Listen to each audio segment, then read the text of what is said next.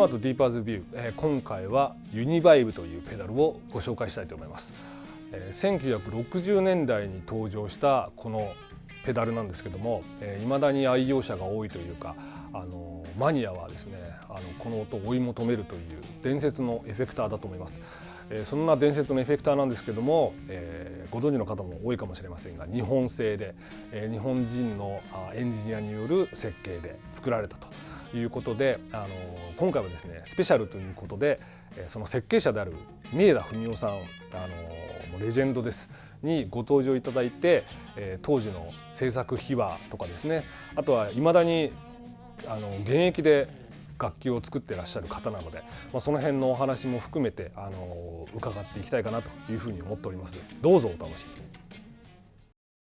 はい、というわけで、ディーパーズビュー早速始めていきたいと思います。今回はなんとですね、このユニバイブを特集するんですけども、このユニバイブの設計者である、三枝文夫さんをお招きして特別にご足労いただきですね、ちょっとお話をいろいろ伺っていきたいというふうに思っています。三枝さん、よろしくお願いいたします。ありがとうございます。今日は本当に貴重な資料もたくさんお持ちいただいたんですけども、まずですね、三枝さんがこの、ユニバイブを作るに至った、経緯をちょっとご紹介いただきたいなと思うんですけども、これはどこからかこういうビブラートというかそういうエフェクターを作ってほしいということで制作に。実はね、そういうところよく聞かれるんですよ。はい、これレスリーからヒントを得たんじゃないかとかですね。はい、でも振り返ってみると、どうもねモスクワ放送局の聞いてたからじゃないかなと思います。っていうのはその当時ですね、モスクワからの宣伝放送非常に大出力の電波だったんですよね。それで日本でいろんな周波数でね聞けたんです。いろんな周波数で聞ける。いろんな周波数があったんですよ。それであまりにも出力が大きいから日本の中波の短波もあったと思うんですけれども、かなり妨害されたんですよね。だから嫌でも聞けちゃうんですよね。で、遠くからどこだろうな、ウラジオストクかどこだか分かりませんけれども、電波が飛んでくるもんですから、特に夜間ですね、電離層が上がったり下がったり、上の電波の発射するあれですね、反射するところですね、音色がいろいろ変わっていくんですよね。今で言うとなんていうかな、位相変調のような振幅変調のような、それは周波数変調のような飛んでくる間にいろいろ変化してしまうっていう、そのいわゆる何か機械で変えてるんじゃなくて、もうその空気の中をっていうか、そうですね、反射の具合が電離層っていう雲みたいなのが上空にあって、それが上がったり下がったり時間によって変わるらしいんですけれどもね。それでピッチも変わるし、位相も変わるし、振幅も変わるしっていうね、不思議な音がしたんですね。で、その当時いろんな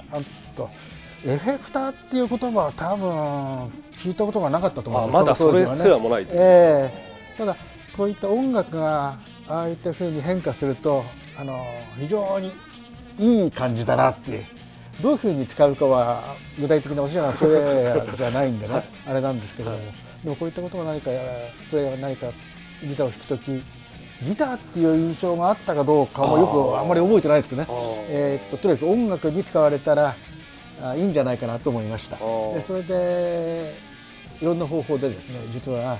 こういったフェージングがかかる、フェージングっていうのはね、今はフェーズと混同しがちですけど、フェーズとは関係ないんですよね。フェージングとフェーズ、あれはフェーディングって言うんですよね、無線用語では。フェーディング、だから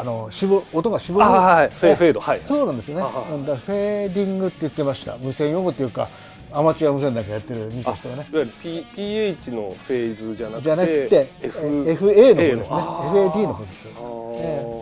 なるほど。でそれを音楽に使ったらちょっといい感じになるんじゃないかなっていう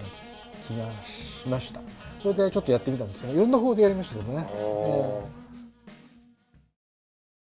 まず図面を頭の中で考えられる。もちろん頭の中で考えますけど、最初にやった方法はね、全然違った方法だと思いました。コイルでやったんですよ。コイルで。コイルとね、コンデンサーで昔ね、テレビカラーテレビより前かな。カラーテレビの前か、遅延回路っていうのがあるんですけどね、それはコイルにコンデンサーを抱かしてずっと線を引っ張らすとね、音っていうか信号が遅れるんです。でものすごくその遅れる時間は短いんですけれども、これは音に対して遅らせるためにはね、もっと大きなコンデンサーと大きなコイルをやらなくちゃいけないんですね。それでコイルとコンデンサーで遅延回路を作って、でしかも特性を変えるためにですね、コイルの流れる電流をいろいろ大きくしたり小さくしたりして、それで特徴を変えてたんですね。で大体ね、同じって言いますか、少なくとも遅延量が変わるんですよ。ディレイができるんですよ。そんなこととかいろんな方でやりましたね。最初はユニバイブじゃなくてサイケデリックマシンを最初に三枝さんをデザインしたんじゃないかなって、ちょっと振り返っておっしゃってらっしゃいましたけど。そうなんです。っていうのはそういうわけでモスクワ放送がきっかけ、だったんで、それを似せるためにはどうしたらいいかっていうと、とにかくモスクワ放送はかなりあまり純粋な音、綺麗なサインウェーブとかですね、よりもですね、いろいろノイズが混ざってたり、それから和音って言いますかね、副音であったり、音がいわゆるファズみたいに汚い音の方がよくかかるんですよね。その感じ、シュワーっていうような感じを出したかったんですよね。それなんで、それでファズとそのフェイズが一緒になってるっていう、そういうことですね。もっともサイケデリっていう言葉を使ったのは、それが音が出た後だと思いましたけどね。サイケデリックみたいなものを作ったら、その当時サイケデリックって言葉がかなり流行ったんですよね。サイケデリックっていう、サイケデリックでファッションとかそういうですね。音はあったかどうかは覚えてないんですけれどもね。カルチャーですね。なんだかこういうふうなそうですよね。ものがとにかくわけが分からないふうにうねりまくような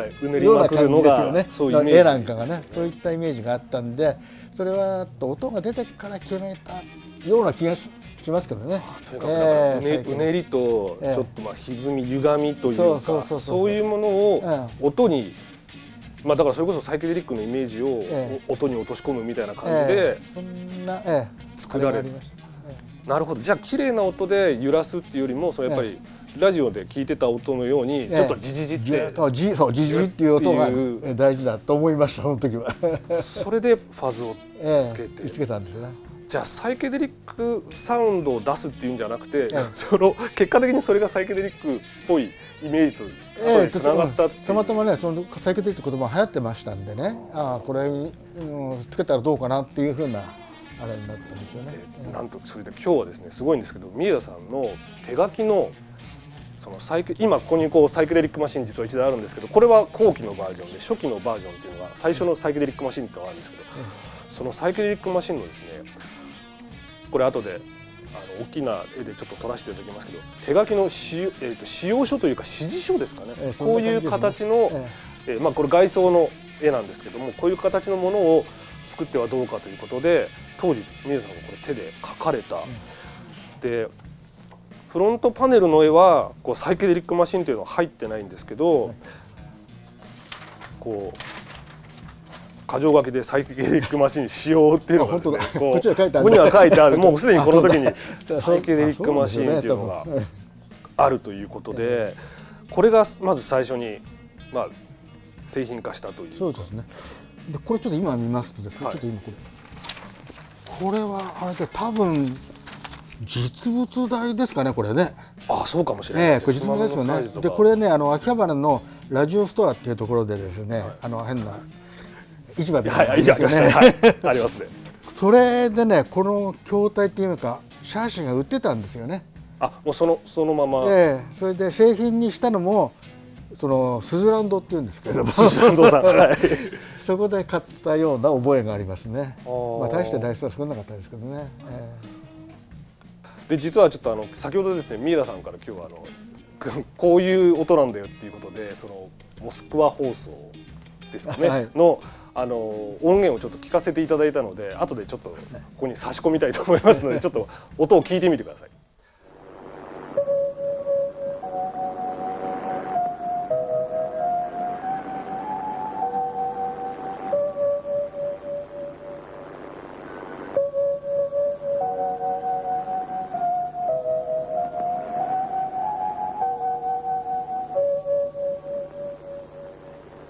こ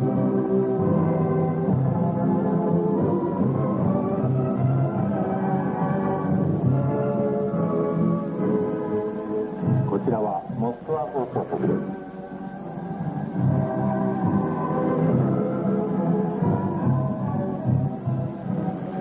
こちらはモスクワ放送局です。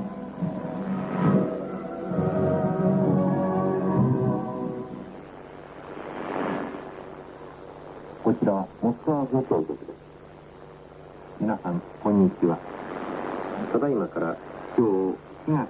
13日火曜日のモスクワからの日本語放送を始めます。ジミー・ヘンドリックスが使ってましたよって話を聞いた時は水田さんはジミー・ヘンドリックスはご存知だったんですか？知ってました。あ、それやっぱりそそれからね、あそこのなんだっけ、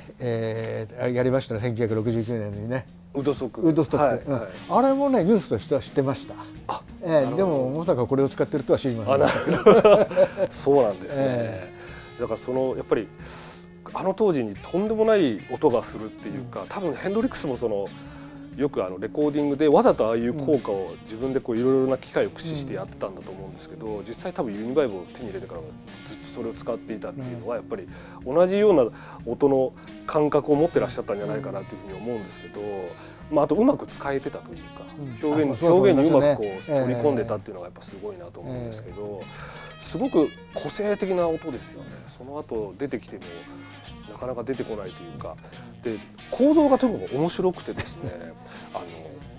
これちょっと技術的な話になっちゃうんですけど、すごくアナログに作ってある、当然なんですけど当時なので、こう中心部にこうアルミのこうボックスがあって、その中にこう4つの CDS という信号を拾う素子があって、真ん中にランプがついているという。でこうランプがこうファッファッと点灯すると、それぞれがあれは何ですか、トレモロに行ったりビブラートに行ったり、そういう風になってるんですかね。そうですね、はい。そのトリガーというか、それぞれのこういわゆる挙動を全部そのランプが制御するような形をとっている。でここにですね一番珍しいのがこうビブラコーラスというペダルがあるんですけど、これはコントロールがここにスピードコントロールがついていて、で外装的にはほとんど同じなんですけど、足元のコントロールがない状態で、これが多分その一番最初の広告にはサイケデリックマシンとこのビブラコーラスが載っていて、でその後ユニバイブというモデルになってくるんですけど、その時はもう回路はほとんて変えてない、同じで作ってあるんです。なるほど。なんかその音がとてもですね個性的で、なんていうんですかね、揺れ方がこう他の当時だからトレモロはあったんで、ギターアンプの中にトレモロっていうものが入ってました。表記としてはですね、ビブラートって書いてあるアンプもありましたけどね、でも中身はトレモロなんですよね。トレモロです。トレモロあって、フェーズの回路っていうのはじゃあフェーズの回路はあったかな、ちょっと私は詳しくないんでちょっと分かりませんけれども、ただビブラート的に多少ビブラートがかかったようなアンプがありましたけどね、だからフェーズ1点たのかもしれませんけれどもね、ちょっとこう音程感がずれるような、少しね揺れてるような、揺れ感ですよね。そういったギターアンプありましたよね。それが一緒になって動いてるんですけど、この構造を真似たものっていうのはないと思うんですけど、この発想はどこから来たんですか？その4つ端子を素子をつけてランプで揺らしちゃおうっていう。先ほどのモスクワ放送局の話がありましたけれども、ああいった位相機が何段もないとですね、まずはあいったずれないんですよね。ねじれないんですよね。ねじれない。だからあれはね何段までやったかちょっとあまり覚えてないんですけれども、おそらく8段ぐらいはやったんじゃないですかね。8段とかぐらい試作としてはね、実験としてはやったような気がします。最初はCDS じゃなくて光じゃなくてですね、コイルに大電流を流してですね、インダクタンスのなんていうか特性を変える方法があるんですけれども、それで実験した覚えがありますね。そういうのの繰り返しで、この銀の箱の中にランプをつけて、でそのランプとかもなんかやっぱり選ばれたんですか？探されたんですか？あれはですね、東京の本郷、本郷っていう町はですね、薬ってね、お医者さん関係の機械を作ってるのが多いんですよね。それで多分ね、このメーカーはですね、浜井電機っていう会社なんですけど、これまだね、ちゃんとやってます。いいんですか？浜井電球、明らかになりましたけど、そこのランプ、そこのランプを使いました。でなぜ普通の秋葉原のランプを使わなかったかっていうと、秋葉原のランプというのは使えなかったんですよね。なぜ使えないかというと、かなりの大電流を流さないとですね、その明るいところから暗くしようと思ってもすぐに応答しないんです。熱が大電流を流すと熱の慣性が大きくてですね、すぐに点滅ができないんですよね。要は消えてくれない。消えてくれないんです。すごいよく消えてくれない。だからトレモロみたいに早く点滅させても音が連続になっちゃうんですよね。でもっと小さいランプがないかなって探したら、多分ねこれはね医療用か何か分かりませんか、特に特殊電球ですね。普段はあまり一般では使わないような電球。それをですねたまたま探したんで、そこで本郷まで行って、本郷のねあれですよ、疲労問屋みたいなところで売ってましたよそれのなんだ番頭さんに聞いてもう当時じゃあ自分で行って、そういう電球がないかという。そうです。多分世の中にですね、今皆さんユニバイブの修理もそうなんですけど、再現したくてやってる方もいらっしゃるので、やっぱりランプが何なんだっていうのはすごく皆さん気にされていて、やっぱりふって消えないといけないわけですね。そうですね。で断続的に動かした時に最大に光る消えるっていうスピードがちゃんと反応しないといけない。そういうことですね。だから電流が少ない電流でもちゃんと明るくなって、で消えたらすぐ暗くならないとダメなんですよね。なるほど。でたまたまその浜井電球さんの電球にはそういったものがあったものですから、それを使いました。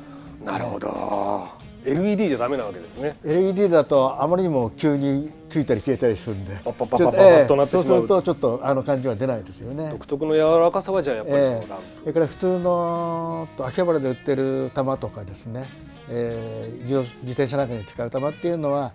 非常にすぐ消してもなかなか明かりが残ってるんですよね。赤く残りましたね。それも使えないんです。残ってると結局音に変化が出ます。変化がないですからね。なるほどですね。